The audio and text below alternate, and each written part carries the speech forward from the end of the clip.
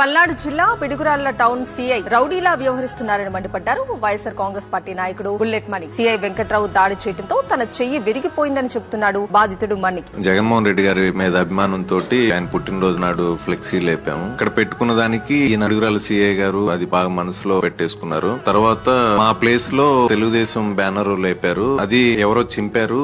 Piduguralla CI గారు నన్ను station పిలిపించేసి నన్ను కొట్టారు. బూతులు ఇంట్లో వాళ్ళని తిడుతా ఎట్లా పడితే అట్లా మాట్లాడారండి. ఈ చెయ్యికి బాగా ఫ్రాక్చర్ అయింది. నిన్న రాత్రి సర్జరీ చేశారు. పిడుగురాళ్లలో సోషల్ మీడియా యాక్టివిస్ట్ ఈడ్ల శివపై టీడీపీ నేత ఇంతియాజ్ తన అనుచరులతో దాడి చేశాడు. దాడిలో శివ చెయ్యి విరగడంతో బాధితుడిని ఆసుపత్రికి తరలించారు. పోలీసులను అడ్డం పెట్టుకుని తమను వేధిస్తున్నారని మండిపడుతున్నారు బాధితుడి తల్లిదండ్రులు. కటింగ్ షాప్ వెళ్తే కటింగ్ చేసుకుంటేనే కొట్టాడు. వచ్చి ముగ్గురు నా ఫోన్ లాక్కున్నారు. ఎవరికైనా చదువుదామన్నా లేదు. ఎప్పటికైనా చంపేస్తామని చెప్పి బాగా బెదిరిస్తున్నారని మాకు భయం వేస్తుంది. సీఏ గారు బాగా మమ్మల్ని ఒత్తిడి చేస్తున్నారు.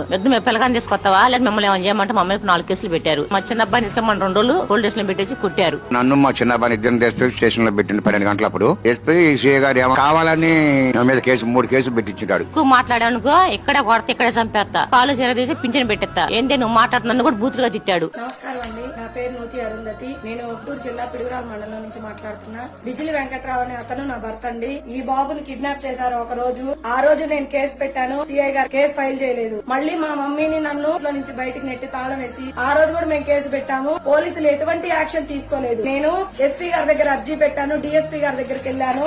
అయినా సిఐ గారు కేసు కంప్లైంట్ ఎఫ్ఐఆర్ కట్టకపోగా ఇంకా ఆడమనిషి నన్ను కూడా చూడకుండా చాలా అసభ్యంగా అవమానంగా మాట్లాడుతున్నారు. ఇంకా మేము న్యాయం కోసం ఎక్కడికి వెళ్లాలో నాకు తెలియట్లేదు. నాకు నా బిడ్డకి ప్రాణహాని జరిగిందంటే పిడుగురాల సిఐ గారు కూడా బాధ్యత. సిఐ గారు కూడా మీ అమ్మని ఇంట్లో ఉండడానికి వీల్లేదని అంత గట్టిగా మాట్లాడుతున్నారు సార్. ఎందుకు నా ప్రాణం తీయడానికే అతనికి అడ్డు తొలగించడానికి సిఐ గారు ప్రయత్నిస్తున్నారా? ఆడవాళ్ళకి పోలీస్ స్టేషన్ లో కూడా న్యాయం జరగబోతే ఇంకెక్కడికి వెళ్లాలి సార్?